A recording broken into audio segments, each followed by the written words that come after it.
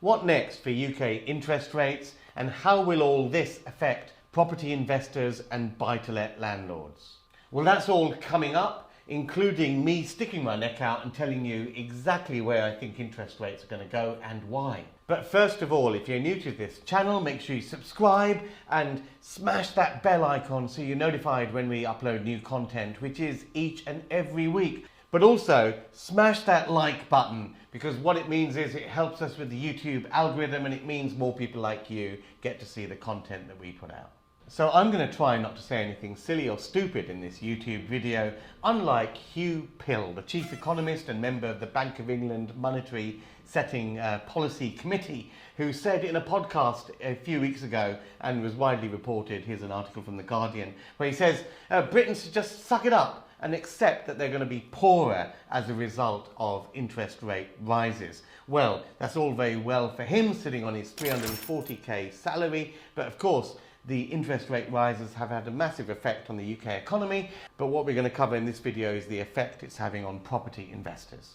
Okay, so what has happened? Well, we have gone from a record low of 0.1% interest rates to what is now 5.25%, with 14 consecutive interest rate rises. What's compelled the Bank of England to act is, of course, record inflation. We've seen inflation hit double digits, which quite frankly is way too high. Yes, these 14 consecutive interest rate rises has seen that being pegged back, but it stayed remarkably sticky at 6.7%. So remember, of course, the Bank of England's target rate for inflation is 2%, and compared to other countries, 6.7% is way too high. You can look at the other OECD countries and we pretty much have the highest rate of them all. But overall inflation is likely to come down because the effects of previous interest rate rises hasn't yet kicked in. More of that later on in the video. You can see from this graph here that prices, energy prices, commodity prices, food prices, all of that sort of stuff, they have begun to tick down. But what has started to edge up naturally are wage price inflation. That's now hitting 7.8%. So what is all this telling us? Well, interest rates are likely to stay at this sort of level for some time to come, probably well into 2024, because inflation, as I've said, is far too high. Now, increasing interest rates too much beyond where they are now is going to be counterproductive. What we'll end up with is a massive recession. You see, unlike 10 years ago, what we have today is a record number of mortgages being on fixed rates. In fact, 94% of mortgages in the UK are actually on fixed rates. So you can see from this graph here that really pretty much since about 2013, 2014, we've been at more than 80% of homeowners, buy-to-let people choosing fixed rate mortgages. What this means is that when the Bank of England raises interest rates, it doesn't have an impact on most people's mortgage payments that month. Because if you're on a 5-year fixed, it's not going to hit you until the end of your fixed rate period has expired. So here's the time bomb that's about to explode, and it was reported here in The Guardian that in 2024, 2.4 million UK mortgages will come out of their fixed rate period. So what does that mean? When they come out of the fixed rate deal, then you will be on the whatever the standard variable rate is at that time. And people that are coming out of those fixed rate deals are seeing a massive increase in their mortgage repayments. So that's what I mean when I say that the full impact of previous rate rises hasn't yet taken hold on the UK economy. So it's going to be a drip, drip, drip effect because the previous rises haven't had the whole impact yet. So what do you guys think about what I'm saying? Leave your comments below. Let's have a little discussion and a debate. Also, remember to smash that like button. But it's not just me saying this. The money markets seem to concur. I've got here the 5-year SONIA rates, which are basically the swap rates. So what these SONIA rates are the wholesale money market rates. So when your bank is lending you money on your mortgage, what they're doing is they are buying money from the money markets. And these are the sort of rates that they're paying. So your bank or lender will have bought maybe £100 million worth of finance for 5 years on the money markets, and then they will be lending that out to you at a margin. That's basically how they make money. So these money market rates are a great predictor of what the sentiment is. The fact here is that long-term money, 1, 2, 3, 5-year money, is actually edging downwards. So what we're saying is previous interest rates have already done the work, and this will play out in the system, and that will happen over the coming months. But what does all this mean for buy-to-let investors? Well, if you are a highly geared buy-to-let investor, quite frankly, you're stuffed, and you've got some serious things to consider. So here's some research produced by Savills, and it looks at buy-to-let investors who have 70% interest-only mortgages. What this graph shows is that if you're geared at 70% borrowing, then you're pretty much in the red. You're cash flow negative for the first time since 2007. Now, high gearing is never good in property. It really is sailing too close to the wind. In good times, high gearing might seem like a good thing to do, but the minute the tide turns, you can be in serious trouble. Warren Buffett famously says that when the tide goes out, you quickly see who's been swimming in the nude. And the nude swimmers this season are, of course, highly geared buy-to-let investors. So all this is causing a massive hoo-ha in the world of buy-to-let mortgage lending. Of course, buy-to-let lenders are in the business to lend. But when a buy-to-let borrower who's highly geared comes out of a 5-year fixed rate and they're 70% loan-to-value geared, then they simply don't have the rental coverage to pass the affordability checks to get a new fixed-rate loan to cover the same borrowing they once had. Although, of course, rents have risen up and down the country by massive amounts over the last few years, they haven't in any way kept up with the interest rate rises that buy-to-let landlords have had to face. So what that means is you come out of your fixed rate mortgage, you had a 70% loan to value, you don't have the rental income to cover a new mortgage for the same level of borrowing, you're left with having to reduce your loan size. So you may have to chip into your loan size and find 10% of the loan, say, to pay back immediately so that you can bring your borrowing into line that can get a mortgage.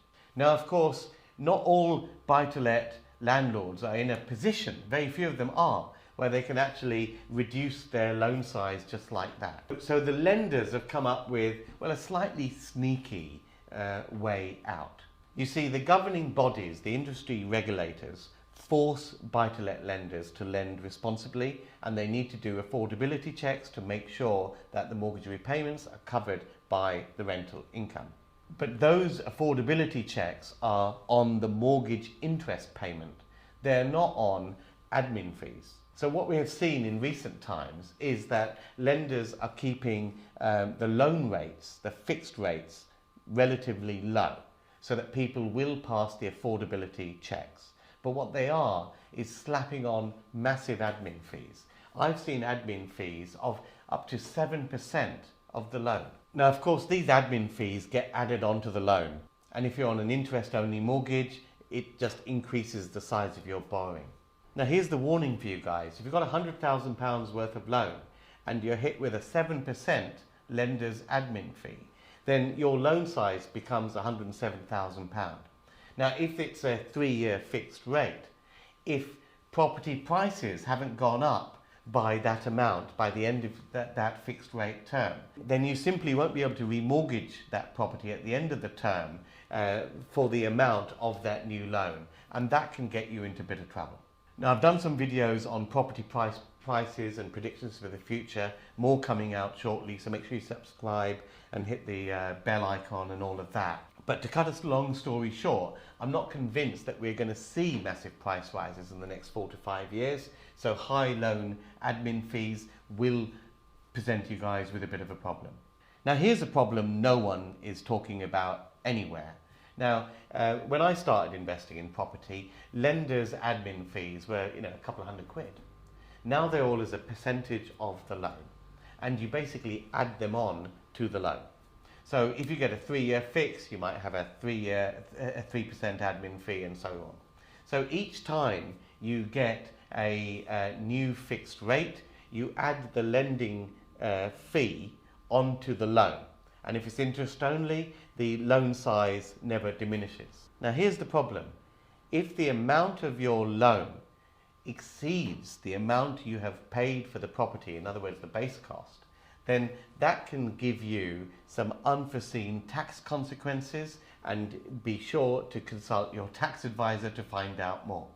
There's no way of sugarcoating this. Highly geared buy-to-let property investors have got serious issues to contend with. I've always said that you should maintain or aim for gearing around about 60% in this business, because that gives you the cushion to ride any market condition. So that brings us on to the opportunities. What opportunities will all this bring? Now, house prices will fall a bit, but not too much. We're not going to see a crash, in my view. We will see a fall of 10-15%. I'm going to do a video a little bit later on giving you my predictions for house prices in 2024. Subscribe, hit the bell icon, and we'll keep you notified when that's released. But averages are meaningless. Property price averages up and down the UK are just meaningless. And by watching this channel, we're not educating you guys or keeping you informed just to be an average investor. We want you to be an extraordinary investor. But here is what is actually happening. Yes, there is a softening in the market. At the moment, sellers are outnumbering buyers. And what happens in those conditions is that the difference, the gulf between A1 condition residential property and shabby property expands. And that is an opportunity for savvy entrepreneurs to profit. When it's boom time, when you're in a seller's market where there are many, many more buyers chasing every property that's on sale, you find that there's not much price difference between a property in A1 condition and something that has got avocado bathroom suites and Artex ceilings from the 1970s and nothing's been done for 40 years or so. You find there's not much difference between price of A1 property and shabby property. That gulf opens up in a market like this, and that presents opportunities for savvy entrepreneurs to capitalize on buying those shabby properties. But where we'll see massive falls and even a crash in values is with commercial property. A lot of people don't get that commercial property is valued in a completely different way to residential property. Residential property is, of course, people live in. People want to be in certain areas because of schools, because of families, because of amenities and the like. The commercial property simply doesn't have that much value without a tenant paying a decent rent in there. So I've got this article here from 2009, the last recession, and this was talking about how commercial property values fell 44% between 2007 and 2009. And you will of course know that residential properties did not fall by anything like that. And that is typical of a high interest rate environment, because when you have a high interest environment, what you're doing is you are basically dampening demand in the economy. You're sucking out money from the economy, so people have less disposable income to spend. If people have less money to spend, they have less money to spend on the services and products produced by businesses. Businesses occupy commercial property, commercial real estate, and that means there's less demand for that commercial real estate, so the values fall. Unlike the 2009 recession, we have the same, if not greater, inflationary and recessionary pressures than we had in 2009. But we also have a changing trends, which have been accelerated by COVID, which means that people are basically shopping from home, so you have less need for the same number of sort of retail units as we had before, and because of hybrid working practices and the like, there's much less need for the amount of office space that we once had. So I wouldn't be surprised if, coupled with this recession and of course the changing needs and requirements for commercial property space up and down the land, we don't see a halving of commercial property values. Now this of course creates massive opportunities for people to take these defunct commercial properties which don't really have an economic use and converting them into residential use, which, although those values will fall a little bit, will fall by nowhere near the amount that commercial properties are about to fall. And of course, commercial to residential conversion of properties is actually encouraged by the government. They've brought about a whole set of permitted development rules, which is a light touch planning process, which allows you to get permission easily and quickly to convert defunct commercial buildings into residential use. Now, I've mentioned in previous videos that virtually every bank in the UK, bank branch in the UK, will be shut by 2028. Now, we've produced a list of over 500 bank branches up and down the land which are set for closure in the next 18 months. Now, you can download this list absolutely free. This is the list. The link is in the description below. You can download this list and find bank branches in your local high street which are shutting down over the next 18 months. And these represent fantastic residential conversion opportunities. So to wrap up then, we're near the end of this interest rate hike period. The full impact of the previous rate decisions hasn't hit the market yet and will do so. Highly geared buy-to-let landlords are quite frankly stuffed. They've got some serious issues to deal with. They may be able to kick the can down the road, but highly geared buy-to-let investing is not the way to go. There are going to be magnificent opportunities playing the fact that we are now in a buyer's market, and particularly picking up shabby, unmodernized properties and renovating them will be a good thing to go for. Also creative strategies like lease options, which I'll cover in forthcoming videos, and of course the massive opportunities with commercial to residential conversions, because commercial properties are going to halve in value because of all the things that I've talked about so far. So those are my views on interest rates, how to play them. Much more coming up in future videos. Make sure you subscribe, hit the bell icon for more. And that's it for this video. See you guys next time. The Baker Street Property Meet is the UK's largest and #1 property investors networking event. The property market is going through monumental change right now, and at Baker Street Property Meet we aim to keep you up to date with the latest tips and tricks and insider tactics to help you keep on top of your property investing game and succeed in these troubled economic times. The Baker Street Property Meet is fundamentally about networking, because it's not what you know, it's who you know.